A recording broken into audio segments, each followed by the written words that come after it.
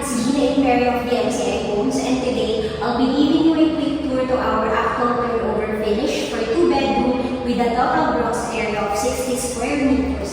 This is your main door, your kitchen area. This area could be your living and dining space.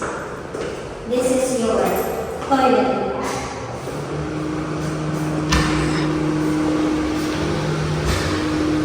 Beside your toilet and bath, you will find your access to your washing machine cabinet or your service area. This is your secondary bedroom.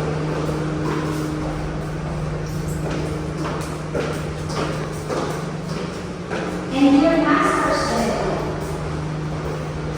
In your master's bedroom, you will find your access to your balcony. If you're interested to acquire to any DMCI Homes properties, you may reach me to